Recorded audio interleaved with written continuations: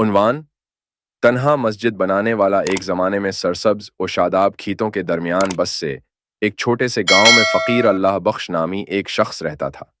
वो एक आजिज़ रूह था जो अपनी मेहरबानी और अटल ईमान के लिए जाना जाता था।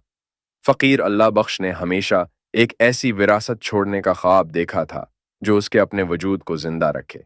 जैसे जैसे साल गुजरते गए, फ़कीर अल्लाह बख्श का दिल अपनी बरादरी के लिए एक मस्जिद बनाने की एक वाहिद ख्वाहिश से भर गया। इसके मामूली वसाइल के बावजूद इसने अनथिक मेहनत से हर एक पैसा बचा लिया जो वो बचा सकता था, और ज़्यादा से ज़्यादा भलाई के लिए अपनी आसाइशों को कुर्बान कर देता था। वक्त गुजरने के साथ साथ फ़कीर अल्लाह बख्श का ख्वाब आहिस्ता आहिस्ता शक्ल अख्तियार कर गया।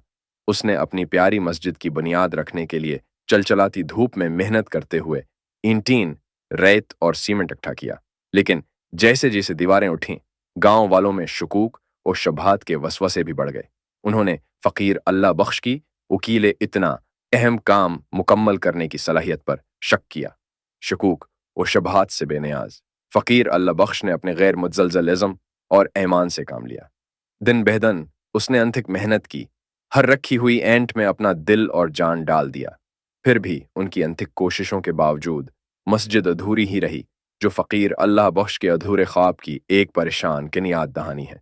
जैसे जैसे मौसम बदलते गए और साल गुजरते गए, फ़कीर अल्लाह बख्श की एक बार मुतहर्रिक रूह मुरझाने लगी। इसकी एक बार चमकती आंखें हर गुजरते दिन के साथ मध्यम होती जा रही थीं।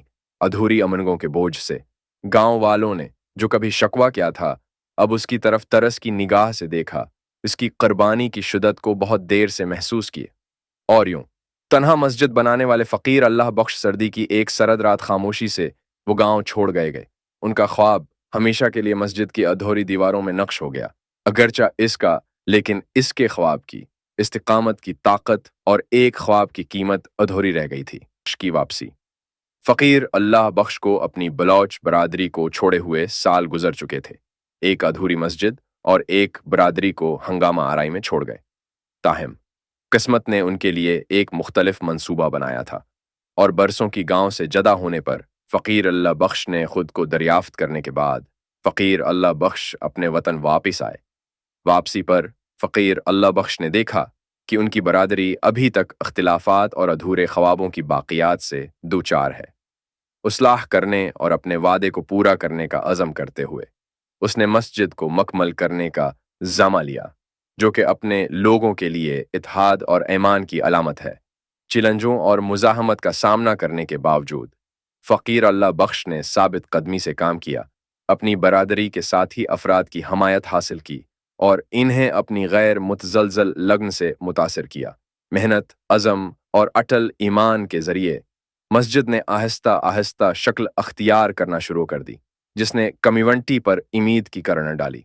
जैसे ही आखिरी ईंटें डाली गईं और मीनार आसमान की तरफ बुलंद हुए, बलूच कम्युनिटी में फ़ख्र और कामयाबी का जज्बा फैल गया।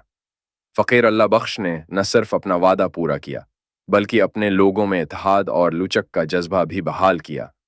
मस्जिद की तकमील के साथ ही फ़कीर अल्लाह बख्श ने अपनी बरादरी को जलता नहीं बल्कि फिलता फूलता छोड़ दिया।